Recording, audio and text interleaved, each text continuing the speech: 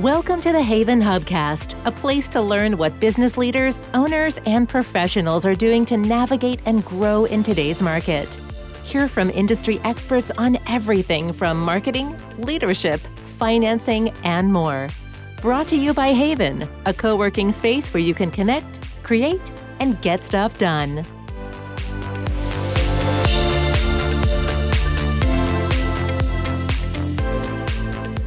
Hello, and welcome to another episode of the HAYVN Hubcast. I'm your host, Nancy Sheed, and I think the word is delighted, excited to be here with Debra Hertz, who is a friend of HAYVN, a friend of mine, and is also the managing director of the Strategy Group, which is a strategic advisory firm that works to help strengthen the impact of nonprofits.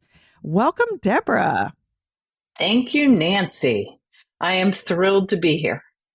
Debra, full disclosure, we've known each other for a while. I'm thrilled that you're part of the HAYVN group. But what I find so compelling is in knowing you and knowing the work you do is that one can be a consultant, but one can also, having nonprofit experience is a completely different animal, right or wrong? Well, I don't know because it's the only experience I have.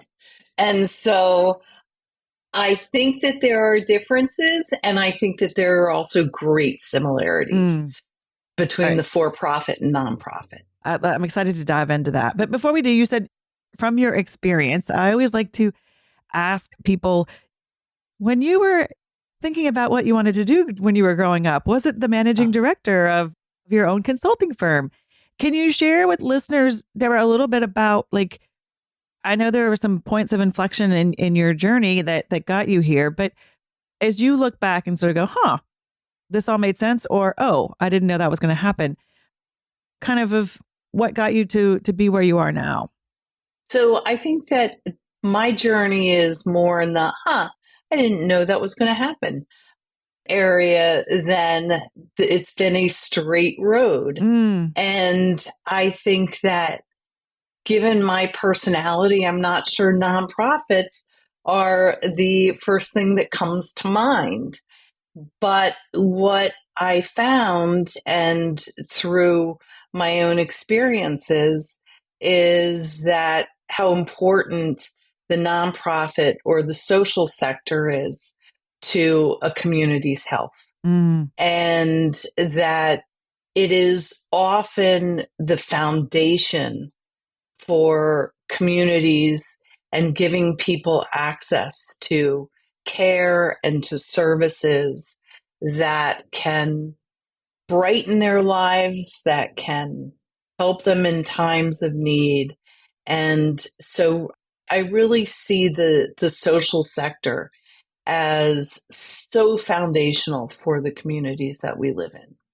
And is that, if I may pry a little more in terms of your personal experience, is that something from which you witnessed on one side or the other, or you witnessed the lack of strong nonprofits? How have you gained this experience and this perspective in the work that you've been doing? So I think for me, it started off, as with many people, in childhood. And my family growing up, we brought in foster children a lot. Wow. And so my parents were very philanthropic in their own right and really made sure that it was part of our lives. But it was us giving. And when I was 17, my brother was born, and my brother has Down syndrome. And one of the things that I found out is that it's really nice to give, but you also have to receive. And that all of us at some time in our lives have needs, and you want your community to be able to meet those needs. And certainly in our case, the community has met the needs of my family. And there have been other examples as well. But I think that having my brother being born was a pivotal moment in my own life. And I think that that's what put me into the nonprofit realm much more. Wow. And did that guide you in terms of your education, or guiding you in terms of your major in, I don't know, was it policy or social work? Mm-hmm. How did that inform? And were you kind of challenging things that maybe you were learning because you had seen it firsthand growing up? So in my undergraduate, I majored in international relations. So it really wasn't focused on that. But when I left school, at first I worked for a small political consulting firm down in DC. When I came up to Connecticut, that's really when I became much more involved, first on a volunteer basis in nonprofits, and then going back and getting my Master of Social Work and getting my PhD in social work and working. I did a lot of agency work and then went into philanthropy and was head of a foundation. And what happened was when I left the foundation, I was assessing what I wanted to do next. And I was reflecting on what brought me great joy, what brought me satisfaction, where were my strengths. And consulting came up in my mind. And what I had to do was really look honestly at myself, not always easy, and identify what are those differentiators for me. Where could I be of help and where could I not be of help? What do I either know nothing about or know something about but aren't really interested in? And so what I did, and a lot of our work at the strategy group is in the area of planning. I started doing planning. And I did it, I think, in a pretty strategic way. And I left the foundation in October of 2011. And I started thinking about consulting. And so what I did was I figured out sort of the rough draft of a pitch of what would be interesting to me. And then between mid-October and mid-December, I had coffee, lunch, dinner, drinks, you name it, with 43 people. Wow. It was a lot of people. And I did it for two reasons. All of them were somehow either related to nonprofits, because that's what I knew, or knew me well. So I would ask people, the people who knew me well and maybe didn't know nonprofits well, I'd ask them, so what do I do well? What's your impression? Don't tell me just great things. I want you to be really honest. What do you see as my risks in doing something like consulting? That was very interesting. And then I went out and talked to people in nonprofits. And I said, I have this idea. What do you think? Is there a need? Am I missing something? This is my pitch right now. Does it make sense? And I was getting some positive feedback from people. So then I started setting goals for myself and setting incredibly clear and measurable goals. And said, okay, if I'm going to do consulting, I need to have my first client by this date, my second client by this date. I need to make this much money in the first year. And so really goals that people could say, so have you done it? And I told people my goals. And I told them, I want you to hold me accountable. And they did. And they loved doing that. So what happened is I started, and over the last, I don't even know what year it is now, 13 or 14 years, we have grown, we have evolved, we have changed.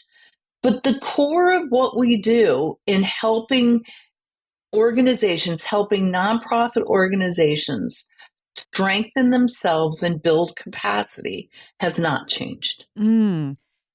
First of all, I'm not sure I knew that. I don't think I knew your startup story. So I love that for advice for people who are, either whether they're moving from corporate and not in the nonprofit world. I think there are a lot of people that kind of do this side hustle and this side gig, right? I mean, and you sounded like you had the break and the opportunity to do it sort of one to the other. But then just sort of testing the theory on both sides is extremely important, because I think a lot of people are like, I'm going to do this.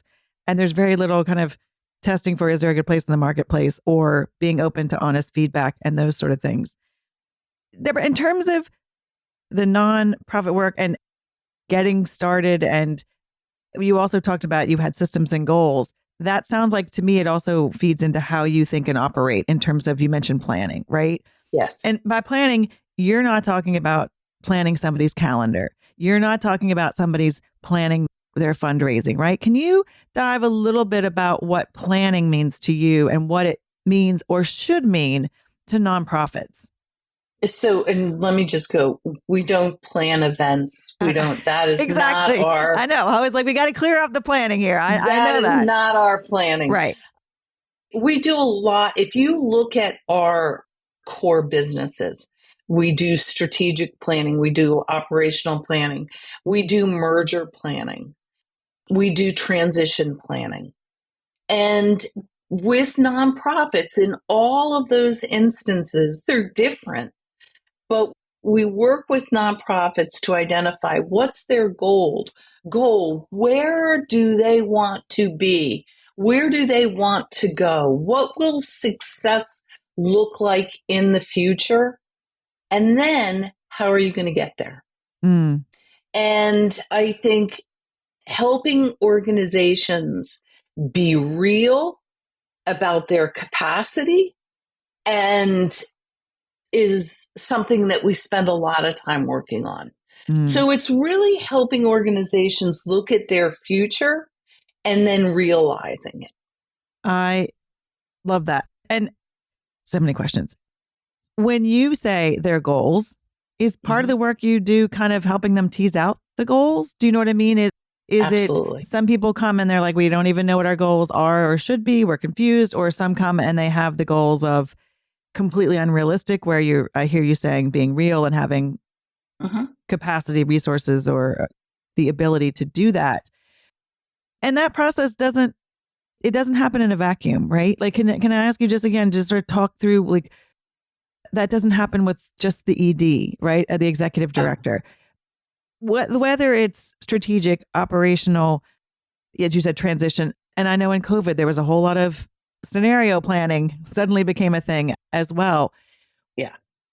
Who's involved in that process? Just for somebody who's listening, who's like, oh my God, I need this kind of help. What's involved in that process? Just so people understand, you don't sit down and have a 90-minute meeting and walk away and come back and give a plan. No, we don't. So I think that there are a couple of things, just breaking down what you were just saying, Nancy. The first thing is, when a client calls me, one of the first questions I ask that person is, if we were to work together, what would success look like at the end? And that gives me a sense both of the clarity of that person's goals at the moment, and also how realistic they are. And if you can't answer that question, if you are really stumped on that question, I say, why don't you think about that? And then let's talk again. But you need to have some goals. The goals have to be, the initial goals have to really fit into your vision. In terms of who is part of a process, you want certainly leadership, whether a staff leadership, depending on what it is, board leadership, staff on different levels. I think that you want as many voices to be part of a process so that at the end of the day, what you have is not just one person's thought put down on paper. very powerful and probably sounding very scary to some people in either leadership or staff positions who come to you and say, oh, how are we all going to get literally on the same page? That kind of feeds into, Debra, some of the things I understand to be, let's say, your pillars or the things that you wish people discussed more or thought more about, aside from fundraising, developing, and staying afloat, right? What are some either key concepts or things that you wish people spent more time thinking about or focusing on that might actually help them either not need you or to see their vision easier or more efficiently or effectively into fruition? So I wish that people were more realistic about vision sometimes. Mm. And here's what I hear a lot with nonprofits. They have great ideas. They have fantastic ideas. And they don't have the money to execute those ideas. And I hear a lot of it's a revenue problem. And what I say is, well, until you figure out that revenue problem, it's an expense problem. So you need to make sure that what you want to do, you actually can do. Mm. And planning is not dreaming. Planning is looking at where you can go. Plans need to be realistic with a stretch. And so it's not that you just need to keep doing what you've always done. And that's something that I think organizations really, really need to take seriously. What you did 10 years ago does not need to be what you're doing today or tomorrow. Mm. And so being willing and able to change in a thoughtful way, I think can be very scary for organizations. But necessary, if I'm hearing you, unbelievably scary, but critical, right? That's right. And liberating. Mm. Once they're on the other side. Yes. Once they're on the other side, right?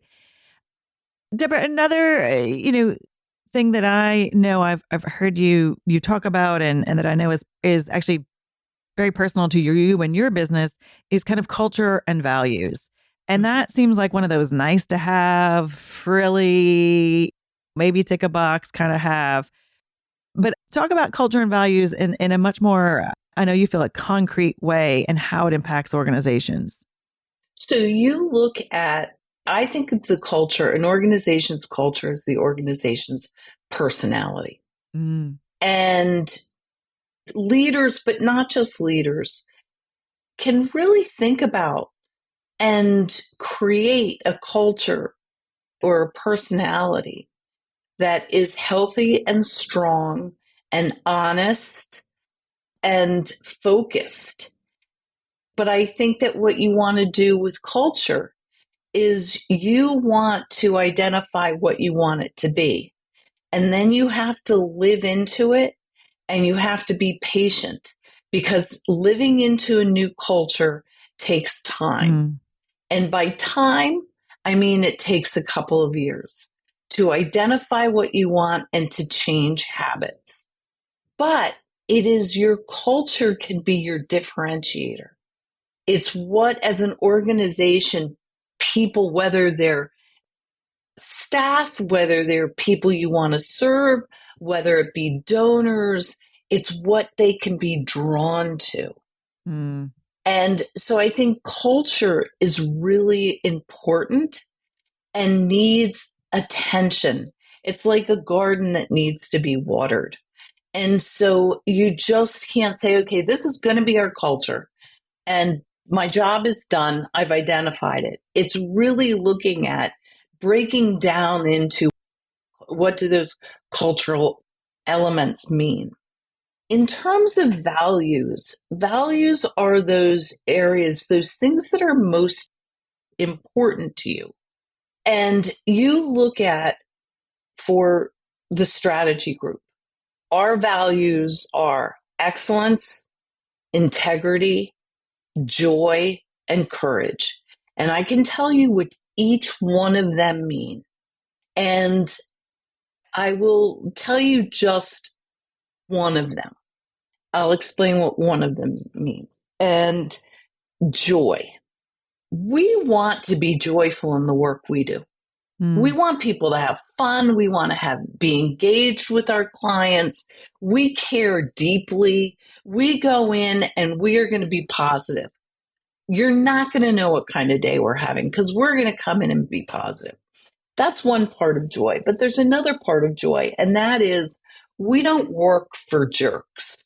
And so somebody might call me and it's like, there are a lot of red flags.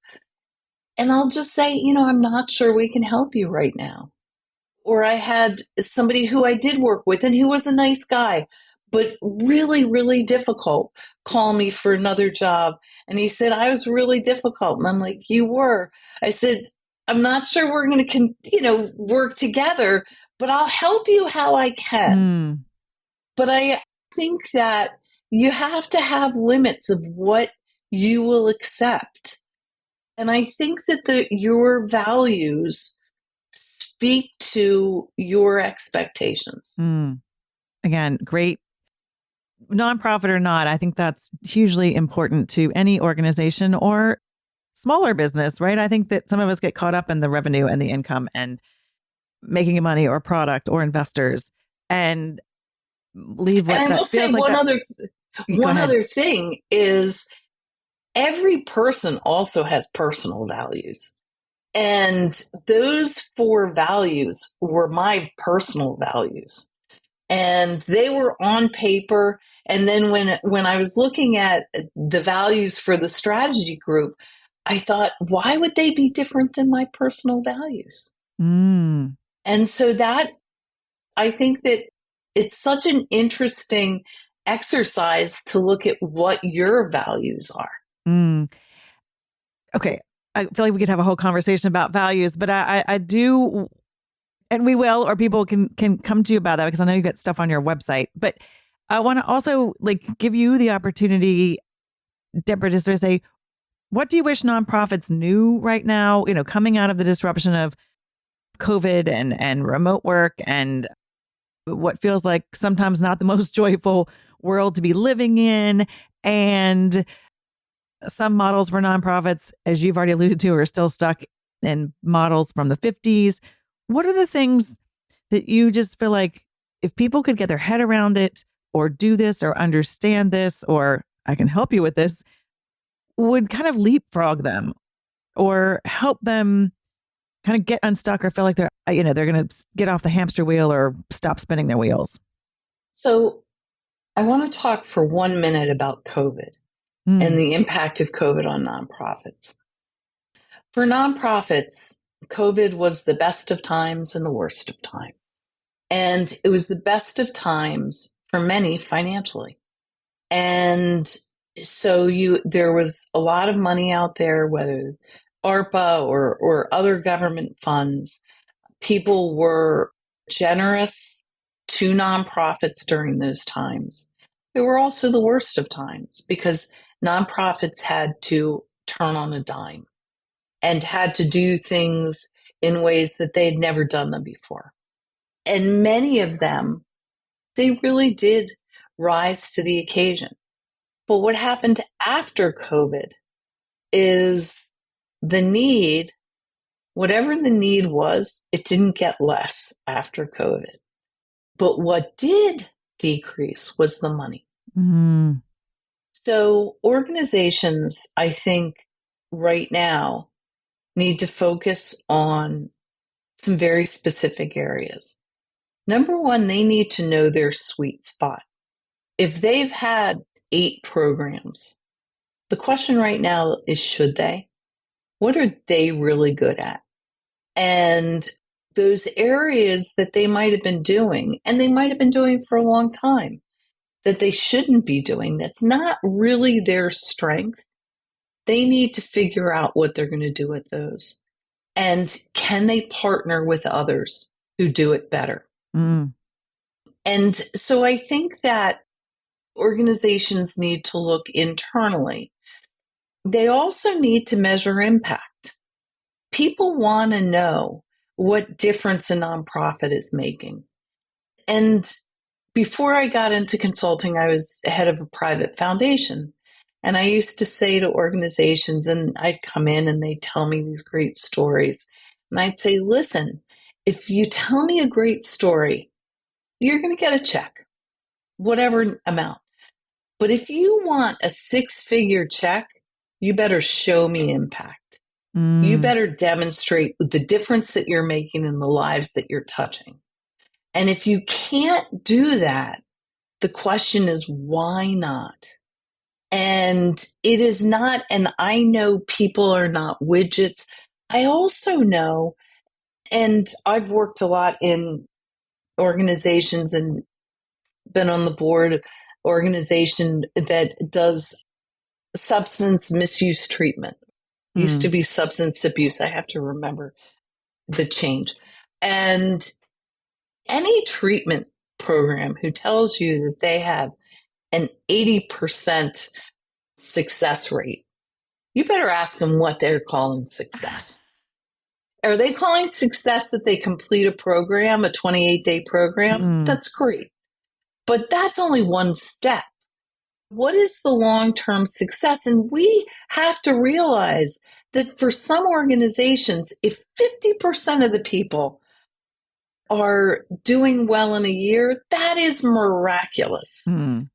We have to be realistic about our expectations, but organizations have to be also honest about measurement. And it's getting easier sort of to do that with technology the way it is. I mean, but without taking out the human element. Debra, I could talk to you for hours, but appreciate this insight. And I feel like you've put some wonderful context about the state of nonprofits, the nonprofit world, and you're bringing a vibrancy to it that I think some people don't necessarily have or consider when they're thinking about, the nonprofit world. It's kind of like change and the organization. And I love this bridge that you're creating in terms of that happening. You are on the HAYVN Hubcast. And so I just love to quickly hear, I know you're a fan of community and engagement. Speak in terms of, you do work in a community. You're now part of the HAYVN community. What does that mean to you or to your business, or kind of how we're operating the world? So I think HAYVN does several things beautifully. And one of them is the space at HAYVN is extraordinary. It's bright, it's open, it allows for people to think well. I come in here and I am so happy to be here. And you meet fantastic people. Their snacks are a little too good. But don't tell anyone that. Okay. But this is a place, as a person with a small team, and it can be lonely. And HAYVN provides a connection that is not always easy to find. What a gift. Well, I feel like they feel the same way about their connection to you, Debra. This has been wonderful. And for people who might not be cruising through the hallways of the actual HAYVN space, Debra, what's the best way for people to reach you and connect with you? So my email address is really long, but I'm going to give it to you anyway. Okay. And we'll put it in the links as well. Okay. So it is DW Hertz at thestrategygroupllc.org. And you can also go to our website, which is thestrategygroupllc.org. Great. And we would love to hear from you. And you can always, if you reach out to me, if you email me, I will email you back, and you can set up a free 30-minute conversation with me using a Calendly link. What a gift. That is fantastic. Well, I'm honored to have gotten almost more than 30 minutes with you, Debra. Thank you for your time and sharing your insight. And we're so excited that you're part of the HAYVN community, and look forward to hearing and following you in terms of the work that you're doing. Thanks for joining us. Always good to see you, Nancy. Thank you for having me. Of course. That's another episode of the HAYVN Hubcast. If you like what you hear, please give us a thumbs up, a rating, a share. We love for the HAYVN Hubcast to reach more listeners and share more news and insights as you've heard here. Thanks for listening. Thanks for listening to the HAYVN Hubcast, a place to learn what business leaders and owners are doing to navigate and grow in today's market. Please leave a review on Apple Podcasts and subscribe on your favorite podcast app. HAYVN is a co-working space and virtual community located in the heart of Fairfield County, Connecticut. HAYVN is a hub for business owners and professionals to connect, create, and get stuff done. Find out more about the HAYVN community online at hayvn.com. That's HAYVN.com. HAYVN Hubcast is produced by Sound Advice Strategies.